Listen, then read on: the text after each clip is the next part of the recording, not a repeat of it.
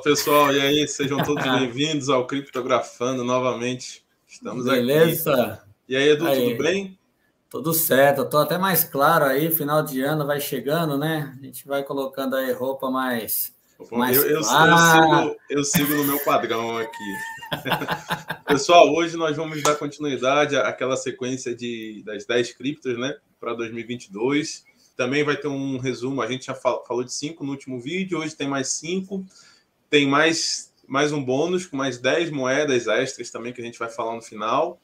E o Edu preparou um resumo também, um apanhado da Glassnode de 2021, né, Edu? Isso, beleza, pessoal? A gente vai começar com as criptos, né? Tem o Glassnode, ele emitiu um relatório agora na segunda-feira. Aí gostei do relatório, aí eu estou trazendo ele de uma forma bem mais resumida aí. Mas vamos começar pelas criptos, Marco, porque o pessoal pediu, né? Na última que a gente fez, no último vídeo aí, o pessoal pediu para começar com as criptos, né? Então vamos começar com elas, mas aí que tá, hein, pessoal? Depois que a gente mostrar as 5, não vai fechar o vídeo, não. Não vai sair, tem coisa boa no vídeo também. Tem essas 5, tem mais 10, tem mais análise.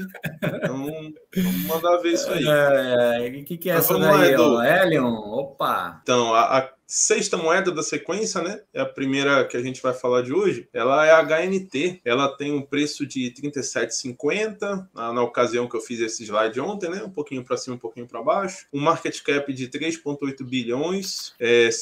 Um supply circulante de 105 milhões aí, 31 mil, mais ou menos 106 milhões que ela fica. Qual é a visão dela? Popularizar a internet das coisas com o uso de dispositivos simples que conectados torna a rede em funcionamento, podendo ser plugada por equipamento. Tá? Então é uma forma dela proporcionar o desenvolvimento da internet das coisas, que é uma tendência que já está em desenvolvimento aí para os próximos anos, e fazer uma conexão entre vários dispositivos para fazer essa rede funcionar. Ela tem uma blockchain própria, né? E ela tem um mecanismo de consenso diferente do convencional aí, que é o que ela usa é o Proof of Coverage, onde ela usa através da cobertura entre todos os equipamentos para fazer essas validações. O que a gente enxerga de risco aí é o preço dos dispositivos, a adesão à tecnologia e a falta de marketing do projeto em si, né? Não é um projeto que tem muito marketing em torno, mas é uma boa opção aí para 2022 que a gente considera. O que eu gostaria de pontuar aqui na HNT é que me lembra muito quando eu penso assim na HNT como se eu fosse uma base de celular, sabe? Minha casa fosse uma base de celular, aonde eu vou emitir o sinal e eu vou nesse sinal que eu estou emitindo e os aparelhos vão se conectando, né? Imagina um drone passando aqui, vai se conectar ao meu sinal e assim ele vai se conectando pela rede toda. E o bacana é que, assim, eu estou minerando, vamos dizer assim, né? Então, eu faço parte, eu recebo tokens por estar disponibilizando essa infraestrutura para toda a rede, entendeu? É realmente tirar de grandes empresas centralizadas, montar uma estrutura tecnológica aí, redes de celular, eu estou fazendo essa... Mas você está colocando como usuário. Hoje em dia, você não tem energia elétrica que você consegue colocar na sua casa painel solar e o que for excedente você consegue colocar isso na rede. Eu sou uma base de celular, uma Air. E não só a questão da base, e não só falando do celular especificamente, porque quando você fala de internet das coisas, você está falando de internet numa geladeira, numa máquina de lavar, no micro-ondas, numa televisão, tudo. Então, aquele seu dispositivo que está em casa ocioso, você pode disponibilizar ele para atuante nessa rede e, através disso, você também ganha uma recompensa, né? Você tem uma recompensa em volta, em forma de tokens, para, de fato, como você falou, como se fosse uma mineração. Então, é uma nova forma de utilizar esses equipamentos ociosos que a gente tem, né? E participar da rede. Agora, também, a gente vai falar sobre a Airwave, AR. Tem um preço aí na casa dos $55, market cap de 1,8 bilhões, ainda relativamente baixo, né, considerado o mercado cripto. Um supply circulante de cerca de 33, 34 milhões de tokens, de unidades de AR. Ela é uma rede descentralizada de armazenamento de dados, uma espécie de disco rígido coletivo, né?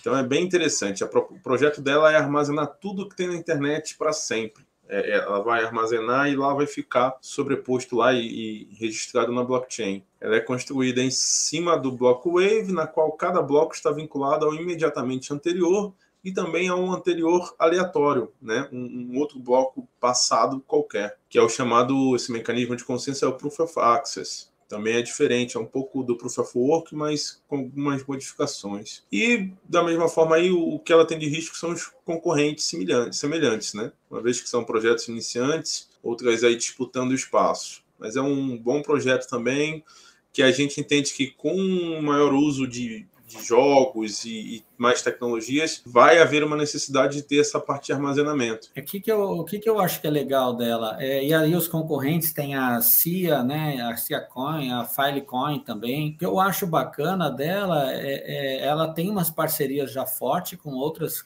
criptos, então acho que ela sai na frente nessa questão das parcerias. Essa maneira também do Proof of Access, eu acho que é um diferencial de toda a informação, ela precisa ser armazenada. Cada vez mais essa forma de descentralizar e tornar um HD infinito com segurança, porque não está centralizada numa nuvem só. Por isso que a gente acredita que o futuro dessa cripto aí, do token, aí é muito promissor, né? Por isso que está entre as nossas 10 primeiras aí. Beleza, Edu. Agora a gente vai falar sobre a Aurori, que é a Auri, né? Tem um preço de $13,50, com market cap de 130 milhões ainda, que é bastante baixo para o mercado cripto.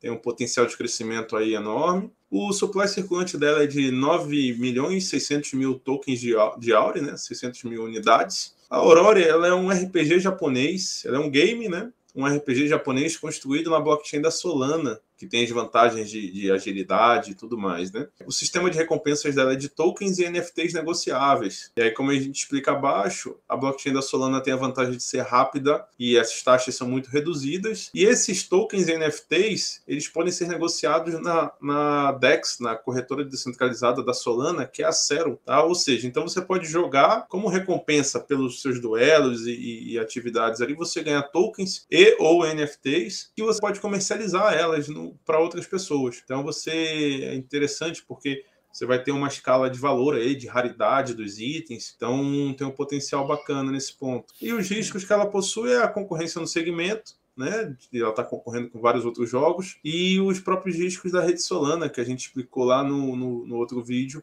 Quer completar, Edu? Eu quero sim.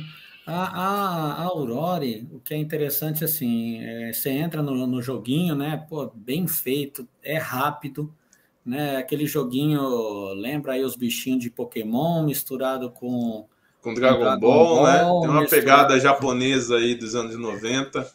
Misturado com LOL, enfim, é bacana. Alguma de game, né? E quando a gente pesquisa sobre game, a Aurori, ela tem uma força diferente, né? Você vê o market cap ainda baixo, de certa forma baixo, e ela tem uma estrutura, sabe? Ela é consolidada. Eu acho que a gente tem visto aí alguns games, o que está acontecendo, né? Enfim, de um dia para o outro o preço sobe, depois cai tudo de uma vez, sendo manipulado. Aparentemente é bem mais sério, e aí a Aurori, e por isso que a gente acredita que um Axie Infinity para 2022, né? Se chegar aí aos 135, multiplicar por 10, bom, né? Aí tá bom, né? A gente tentou pegar um pouco fora do radar, porque de games, multiverso, tudo tem muitas opções bacanas aí. Só que muitas já explodiram, então começa a ficar mais difícil de dar o mesmo percentual de lucro, né? Para dobrar já fica mais pesado, para triplicar fica mais pesado ainda. Então, com a Aurora, eu acho que tem um potencial bacana. Vamos lá? A próxima que a gente tem aqui é a Terra Luna. Tem um preço de $86 aproximadamente aí. Market cap de 31 bilhões, com um supply circulante de 362 milhões, 694.993 tokens de unidades de Luna. A Terra, a gente vai separar aqui, tem a Terra, que é a plataforma, e a Luna, que é o token vinculado a essa plataforma, tá? Ela é uma plataforma de smart contracts que ela pretende aí, ela serve para efetuar pagamentos. E o token da Luna, que é usado para estabilizar os preços na rede. Esse token ele é composto, tem uma equação lá com uma cesta de moedas de fiat, stablecoins, e ela é utilizada para fazer um balanceamento justamente para promover essa inovação que a Terra tenta encontrar, que é isso, que é buscar solucionar o problema da volatilidade das criptos, quando utilizadas para pagamentos, que é uma coisa que muita gente critica, que como é que eu vou pagar, utilizar como forma de pagamento, se as criptos são muito voláteis, né? Então, um dia pode valer uma coisa, no outro dia vale 40% menos. Então, a Terra pretende justamente achar essa solução. E ela criou esse mecanismo e justamente para tentar achar essa solução. E a partir daí também surgiu uma stablecoin de dólar, que é a Terra UST, que é uma stablecoin descentralizada, que ela é feita como contrapartida dos smart contracts, tem um mecanismo bacana lá, justamente para servir como stablecoin de dólar. O risco dela acaba sendo isso daí, depende da adesão aos serviços, da utilização das stablecoins ali envolvida. Tem essa relação aí, quanto mais adesão, mais o token se valoriza. Aqui, a décima moeda dessa série que a gente vai finalizar é a Bank. A gente pegou um pouco, essa série de 10, a gente pegou um pouco do mais conservador e algumas pegadas aí um pouco mais arrojadas, né? E a Bank eu entendo que é uma delas. Ela tem um preço de 14 centavos aproximadamente, 14, 15 centavos, com market cap ínfimo ainda de 48 milhões, um supply circulante de 325 milhões, 692 mil tokens de QI. Né? A Bank é um protocolo de empréstimos construído sobre a Avalanche, que é uma das blockchains que mais crescem ultimamente. E por ser na Avalanche, ela permite a utilização com muita rapidez e baixas taxas, o que é justamente um problema dos outros DeFi que são baseados na Ethereum. Hoje na Ethereum você tenta fazer um empréstimo, vamos supor, de, sei lá, $100 e você paga $25 de taxa, sabe? Então, começam a surgir outras plataformas vinculadas a outras blockchains. E a inovação dela é essa, ela surgiu nativamente aí em cima da Avalanche, tá? Foi o primeiro protocolo do gênero na Avalanche, que é uma das blockchains que mais cresce. É considerada até o primeiro aplicativo vinculado na Avalanche, né? Só que ela também pretende, a promessa dela é ser interoperável com as outras blockchains, Ethereum, Polkadot, Binance, Smart Chain e etc. O risco que a gente enxerga nela é justamente a concorrência consolidada. A Aave e a Compound, que já estão estabelecidas há mais tempo no mercado, e elas também já se conectaram com a Avalanche. Então, a Bank tem dois concorrentes de peso maior aí. Mas eu acho que vale, até quando a gente vai analisar o TVL, né, que a gente chama, que é o valor de mercado travado ali na plataforma, ela já tem mais de 1 bilhão de dólares travado na plataforma, só que market cap ínfimo aí de 48 milhões. Então, é bem interessante aí para, quem sabe, uma aposta para 2022 ter um potencial aí, talvez de 10 vezes, quem sabe. É uma boa aposta. Só completando, a Bank, apesar de ter essa concorrência consolidada, a Compound é uma que sofreu um ataque aí recentemente, teve problema, e ela está querendo recuperar, né, a sua imagem. Sim. Aí. Então, é uma concorrente, mas já está enfraquecida, né?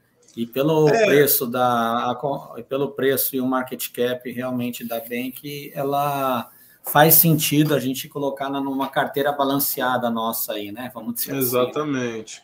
E o que a gente vê muito é a adesão da comunidade, né? Então, a Avalanche tem um movimento da comunidade, dos aderentes dela aí bem forte, então, de repente, isso ajuda a impulsionar a Bank. É um projeto interessante e com esse market cap disponível para comprar na própria Binance, você consegue comprar essa moeda na própria Binance, que é um facilitador. Então, é bacana. Acho que vale a aposta aí para 2022. Beleza. Vou compartilhar, então, minha tela agora, que é um resumo on-chain aí do Glassnode. Fazendo uma retrospectiva aí do que aconteceu esse ano, principalmente na rede BTC, né? As informações são básicas aqui na rede BTC, que é a rede onde tem mais história, tem mais informação para ser tirada e aqui tem maior peso dentro do mercado cripto, né? Então, e a referência. Os preços e margem. Os preços subiram 78,5% em relação a 1º de janeiro. Então, quem comprou Bitcoin no dia 1º de janeiro e vendeu, vamos dizer assim, que queira ter vendido aí na segunda-feira, que esses dados são de segunda-feira, teve só uma margem de 78% de lucro aí. Com uma redução, né, esse preço atual, ele então está 24,4 em relação ao all-time high de 10 de novembro. Então, se você tivesse vendido o BTC no dia 10 de novembro, então daria com quase 100% aí de rentabilidade no Bitcoin, né? Do dia 1º de novembro, de janeiro até dia 10 de novembro, agora a gente está 24% abaixo do topo histórico. Tá? Supply. O supply total, atualmente retido com prejuízo, é de 3,48 milhões de Bitcoin, né? Equivalente a 18,34% do supply circulante. Então, o que isso daqui significa? Que tem aí 3 milhões de Bitcoin que, se fossem vendidos hoje, eles estariam em prejuízo, né? Então, isso é muito importante estar acompanhando essa informação, até para entender o quanto que está líquido o mercado, né? Porque não vai se vender com prejuízo, né? Saldo em exchange, os saldos das exchanges registraram uma saída líquida anual de 67 mil bitcoins, um declínio de apenas 2,5%. Né? Então, long-term holders e short-term holders são aqueles que seguram uma moeda por mais tempo e por menos tempo. Os long-term holders adicionaram 1,8 milhões de BTC, enquanto a oferta do short-term holder diminuiu 1,42 milhões de BTC. Então, aumentou a quantidade de long-term holders, né? Mais uma evidência aí de que vale a pena guardar o Bitcoin para vender mais caro depois. O mercado futuro quase que dobrou de valor, né? Aumentando de 9,57 bilhões, que representava 97%, enquanto o volume de negociações do futuro, na verdade, diminuiu 16% para 36,7%. Eu vou mostrar um gráfico disso daqui também. Na verdade, no início, em janeiro, estava em 9,9 e poucos bilhões ali se olhar no mercado futuro, e no final agora, se a gente acessar, está por volta de 18, 19, 20 bilhões que está em mercado futuro. Então, por isso que está falando aqui que dobrou esse volume do mercado futuro. Outro destaque aqui que o Glassnode trouxe, que é muito importante, é a mineração. A mineração esse ano foi um ano, em 2021, de muitos desafios, né? Porque a taxa de hash, né, da mineração terminou em 2021 com alta de 27% no ano, após se recuperar totalmente da grande migração, onde cerca de 53% das mineradoras foram fechadas quase que do dia para a noite. Então, quando a China baniu a mineração, as mineradoras tiveram que fechar as portas e se mudaram. Imagina como que é mudar toda uma fazenda aí de mineração, né? Foi literalmente isso daí, teve que desplugar os equipamentos, botar num caminhão, transportar um avião, seja o que for, e sair do território lá para se estabelecer em outro lugar. E recuperou, e ainda chegou no all-time high, né, de mineração. Então, a mineração, a receita agregada da mineração cresceu 58% no acumulado do ano, em mais de 440 desde o halving em maio de 2020. Então, olha o potencial do Bitcoin. No halving, você é aquele evento que você diminui pela metade a recompensa aos mineradores, né? E ainda houve 440%. E é interessante a gente analisar isso, Edu, pelo seguinte: se os caras que estão ali na mineração, no core, ali no centro do negócio, se eles estão investindo, se eles estão expandindo o negócio deles, É porque eles enxergam o potencial. O potencial Cara, está aí. são pessoas que estão investindo uma grana, são pessoas que conhecem a rede, são Sim, pessoas que se conversam entre si sim, para saber exatamente. como que um está atuando, o que um está esperando do outro. É o dinheiro inteligente. Esses caras é onde segura o dinheiro inteligente. E eles estão segurando porque acreditam na força do Bitcoin. Eles estão Né? investindo no mercado e não estão vendendo as moedas que eles recebem de recompensa. Isso é bem interessante ver Não, isso daí. é a escassez, cara, é a escassez. Sim, 90% já minerado, o cara segura agora, tem, a hora que chegar nas exchanges já tem a escassez. A hora que isso der o choque de supply forte aí, vão ganhar outras fazendas aí, só no lucro que vão tirar. exatamente. Saldo fora das exchanges, né? Eles chamam aqui de supply soberano, que é definido como todas as moedas mantidas fora das exchanges. Está atualmente em um all-time high de 13,34 milhões de bitcoins. Então, aqui é o valor que está fora das corretoras, né? Olha aqui o que está em hold, 13,34 milhões, tá? Significa que isso tudo vai circular no futuro? Não necessariamente. Por quê? Pode ter gente que perdeu a carteira, né? Pode ter gente que não tem mais o acesso, pode ter gente que ter morrido e não tem mais como recuperar os seus bitcoins, né? Então, mas é muito relevante essa informação do volume que está fora É, das exchanges, né? até para isso aí a gente tem que mensurar no seguinte: hoje nós temos cerca de 19 milhões de bitcoins que foram minerados, né, existentes. Os outros 10% que faltam, cerca de 2,1 milhões, eles vão ser minerados, ainda vão ser criados aí nos próximos muitos anos. Então, você pensar que de 18, 19 milhões de BTCs, de bitcoins, 13,3 aí estão fora da circulação, né? Isso é fora das exchanges, no caso. Isso é muita coisa, é uma proporção muito alta. Justamente. Agora, falando de novo aqui do long term holders, short term holders, né? Os long term holders possuem 74,8% de todas as moedas fora das exchanges. Então, desses 13,34%, 74,8% de fora das exchanges são dos long term holders, enquanto os short term holders diminuiu de 28 em janeiro para 25,2 atualmente. Olha que, então, a discrepância que tem aqui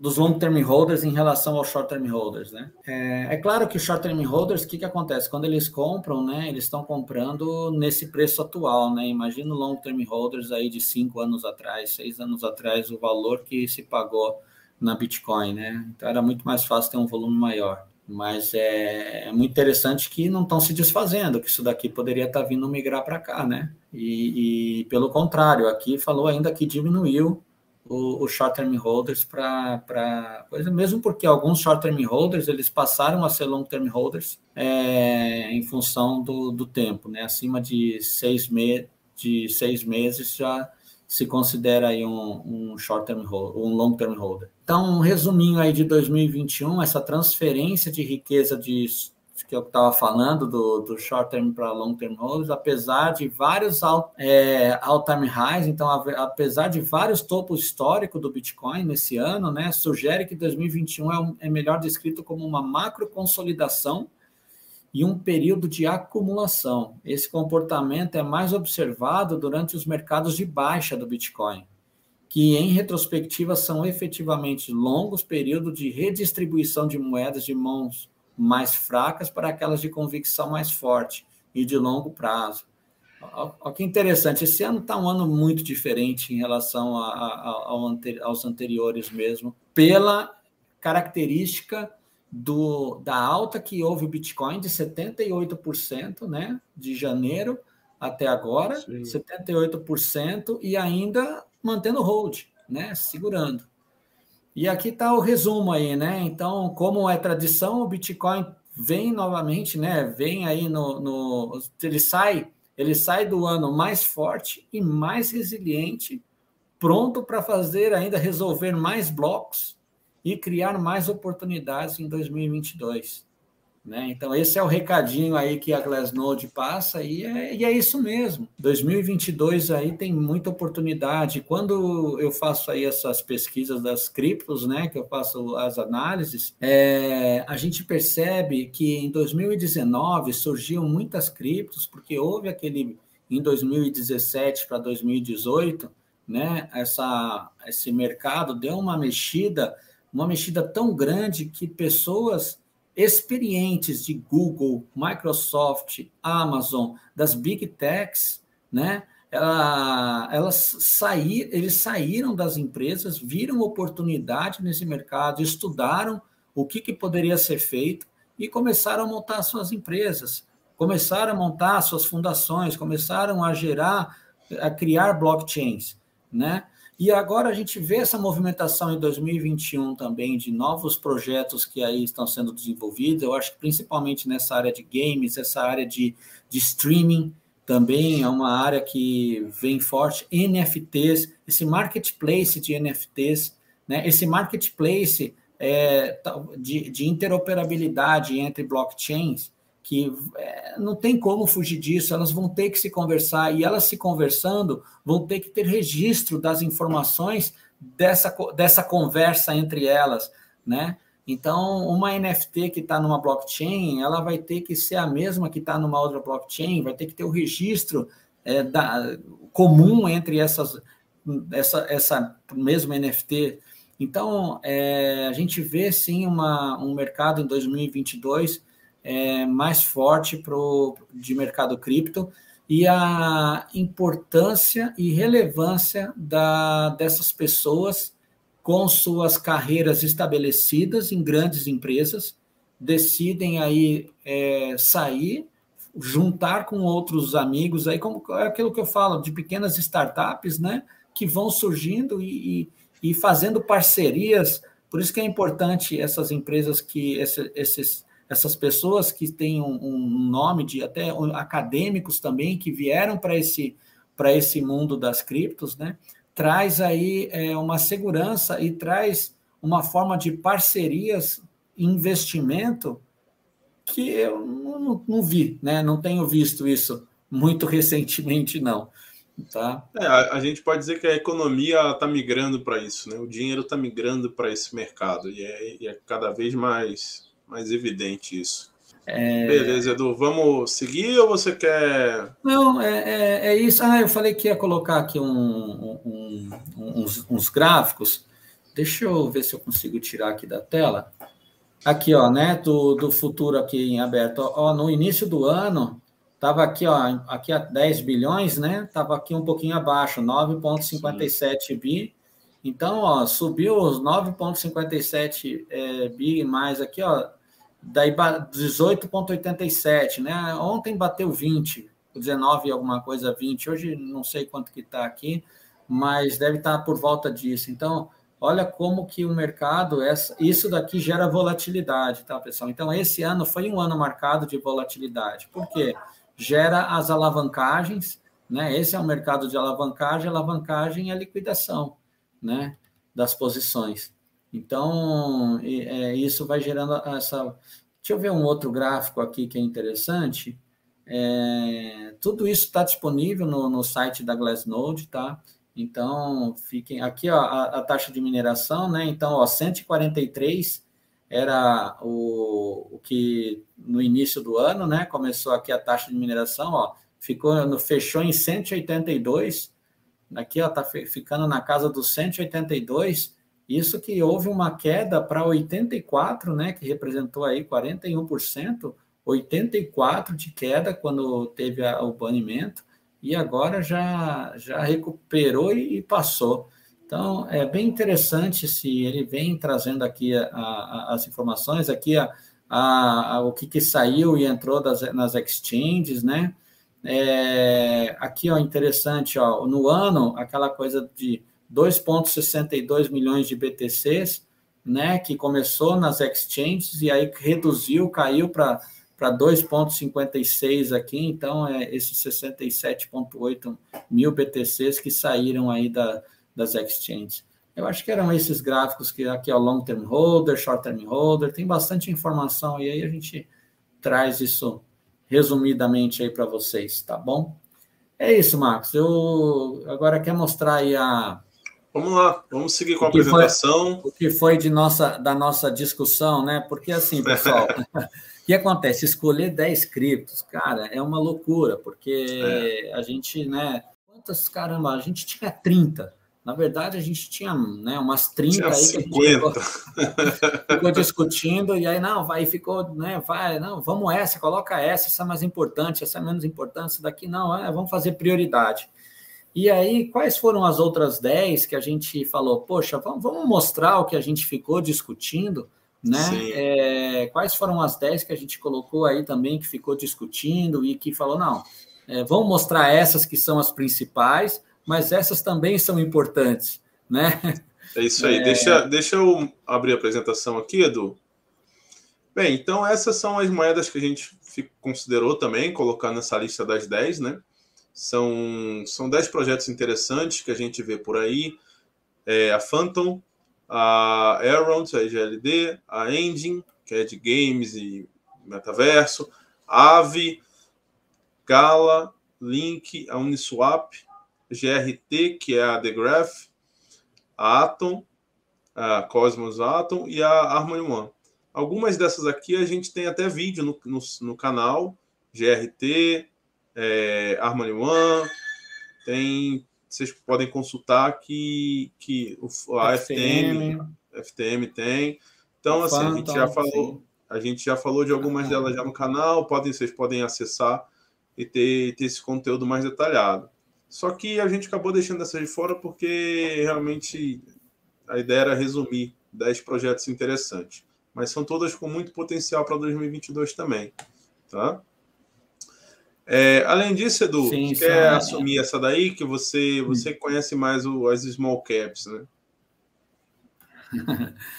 Pessoal, então a gente, além dessas 10, né, que a gente vê de altcoins, então a gente tem 10, colocou mais 10 aí que para quem é curioso e quiser pesquisar também, a gente vai fazer mais vídeos sobre aquelas outras 10. E aí eu tenho acompanhado já desde a metade do ano, né? Eu venho acompanhando aí outras criptos que elas são de pequena capitalização, né? E vai pesquisando porque essas aqui dão um potencial de, às vezes, 50 vezes o valor, né? Eu quero para aí uma meta que eu tenho aí para o ano que vem, né? A gente trazer mais conteúdo sobre IDOs, né? Sobre como participar também desse processo de receber tokens, às vezes é de graça, né? Participar do projeto já desde o início. E você depois também projetos que estão iniciando, que não estão no radar de quem quer receber aí, você não encontra na internet muito fácil isso, e você procura no CoinMarketCap, né? A gente navega ali no CoinMarketCap, navega em alguns YouTubers ou influencers no Brasil que têm essas informações, no mercado também de fora. Então, que eu trouxe, assim, que essas daqui todas eu tenho, só para vocês terem uma ideia, todas eu tenho na minha carteira, né? A gente fala, coloca um dinheirinho aí, né? Um dinheiro da pinga, né? Não é o dinheiro que você vai precisar. O dinheiro do Big Mac. Economiza aquele dinheiro do Big Mac lá e coloca numa moeda dessa que é mais útil. Porque aqui você tem a valorização que ela pode dar e a longo prazo é realmente significativa. E se uma dessa daqui já der uma valorização alta, já é o suficiente, né? Porque é coisa de várias vezes mesmo, né? Então, aqui tem a SIC VR, que essa daqui ela é voltada a um streaming de música, ela tem a pegada aqui da realidade virtual, né? Ela está voltada aí para variar a questão de metaverso também, né? Então, ela é interessante. A Wide, que é a Wider World, é voltada também ao metaverso. A iOS Network, ela é uma blockchain de interoperabilidade, né? A Lossless, essa daqui é bem interessante, que ela vem como uma forma de segurança através da sua blockchain para minimizar perdas por hackers. A Knowledge, ela tem ela navega entre vários metaversos, né? Principalmente aqui ela tem essa pegada das NFTs. Então, colocar uma codificação nas NFTs para que eles possam ser transacionados de uma forma única entre as blockchains. A Gaia Everworld é um jogo, né? Bem interessante, que também tem um promissor aí, um futuro aí. O TRIF, né? O TRIF ele é voltado a um táxi 3.0, né? Como se fosse um Uber. E os tokens ele é distribuído pelas pessoas, pelos motoristas, né, as suas tarifas ali pela circulação. É uma espécie de Uber sem o Uber mordendo a fatia dele. Justamente. Então, aí o motorista ele vai receber os tokens DRIF pelas suas viagens.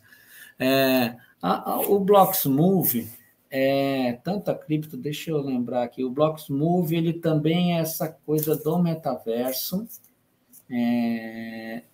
Isso daí. O Creator Platform também ele tem aqui onde surgem novas criptos, né? E para o ano que vem está se falando muito dessa casta, tá? O que o marketing dela está muito forte, né? Então eu coloquei aqui até para dar um sinal, ela não existe, né? Essa casta ainda não existe, mas se vocês procurarem aí, tá com um marketing muito forte dela, então, e com pessoas que têm conhecimento. Então, deixa aqui uma para ficar monitorando junto também. Então, esse é um bônus aí das small caps, aí é aquilo lá. Se for investir, né, o dinheiro é seu, o risco é seu, né? Mas aqui tem conteúdo, tem base de informação, não estão pegando meme coin. Tá? São as coisas que a gente mesmo considera como relevante, né? E se vocês quiserem comprar, é importante destacar que essas moedas você consegue negociar através da MetaMask ou outras plataformas, porque elas não têm na Binance, e principalmente que tem um vídeo no canal onde o Edu aí mostra como configurar a MetaMask, fazer tudo, tem tudo detalhado lá. Então já dá para começar a aprender a criar MetaMask e já analisar essas moedas para saber se vale, cada um fazer seu estudo, se vale a pena ou não. Isso, beleza, bem lembrado, Marcos. A gente tem esse vídeo da MetaMask para explicar um pouco do que é a descentralizada, né, e como você faz aí as compras, a swap, né? Bem, pessoal, acho que é isso, né, Marcos? A gente... Isso aí. A Vax, né? A Vax, DOT, Sol, Matic, Sandy, depois veio a Helium, hoje foi a Helium, foi a... Airwave. A Airwave. Deixa eu parar aqui. Depois veio a Aurora. A Aurora, a Terra Luna. E a Bank. A gente pensou assim, do universo de inúmeros segmentos, a gente tentou pegar principalmente, vocês podem perceber que tem um foco aí em plataformas, em projetos de primeira camada, né, os Layer 1. O que vai pegar 2022, eu acho que vai consolidar muito forte essa parte do Layer 1. Exatamente, né? onde tudo vai rodar em cima. Tudo que tem no mercado cripto vai rodar em cima de uma blockchain de camada 1. Tá? Seja da forma que for, nem que seja uma camada 2, ela precisa de uma camada 1. Então, com o crescimento do mercado cripto no geral, essas plataformas, esses projetos, essas blockchains de primeira camada, elas crescem junto, tá? Porque elas são a estrutura, são o alicerce de todo mundo cripto. A partir daí, a gente também deu uma variada, pegou alguma coisa de metaverso, de jogos, HNT, que é uma coisa diferente, de internet das coisas. A Luna, né? A Luna, que tem um sistema de pagamentos interessante. A Bank, que já é um DeFi de empréstimos. Então, a gente tentou focar no que a gente enxerga como tendência, mas que tem um pouquinho de cada setor também como projeção aí para 2022. Tá? Futuramente, a gente vai falar um pouco mais sobre as DAOs, que são um outro segmento que acredita-se que tem um bom potencial de crescimento para 2022. Então, é isso. O mercado cripto é muito grande e a gente tem que sempre, até na nossa carteira pessoal, eu tenho que enxugar ali, porque é muito projeto, não tenho dinheiro para todos eles. Então, a gente enxuga ali o que eu acho que tem mais potencial daqui ou dali. E, obviamente, o principal de tudo isso é Bitcoin e Ethereum. A gente não falou de Bitcoin e Ethereum porque é chovendo molhado. É o principal. Todo mundo tem que ter Bitcoin e Ethereum. Deixem seu like aí, se inscreva no vídeo. Se inscreva no canal, é muito importante para a gente. Ajudar a crescer o canal. Estamos com quase 500 inscritos já. É um número bacana para um projeto que começou aí tem uns 3 meses. Então, dê essa força aí, compartilhe com os amigos que 2022 promete. Isso, beleza. É isso aí. Valeu, pessoal. Mais uma vez aí, obrigado por esse ano todo aí, todas essas inscrições aí, a gente agradece demais, porque é o que dá o combustível, é o nosso gás. Sim. Né? É saber que está fazendo bem feito. Senão, se eu estivesse falando aqui para a mesma quantidade, para 10 pessoas o tempo todo, ou para 0, eu ia achar que a gente ia ver que tem alguma coisa sendo feita errado, né? Então, desejo aí a todos um feliz aí 2022, tá? Muito obrigado por 2021. E a você também, viu, Marcos? Obrigado aí pela amizade aí, muito bom conhecer você esse ano, né? Eu digo mesmo, Edu. Aí, foi uma grata surpresa de 2021. Opa, e que venha 2022 com novos projetos. Isso mesmo. Vamos continuar firme e forte. Um abraço, pessoal. Falou, pessoal. Feliz 2022 para todo mundo aí. Um abraço.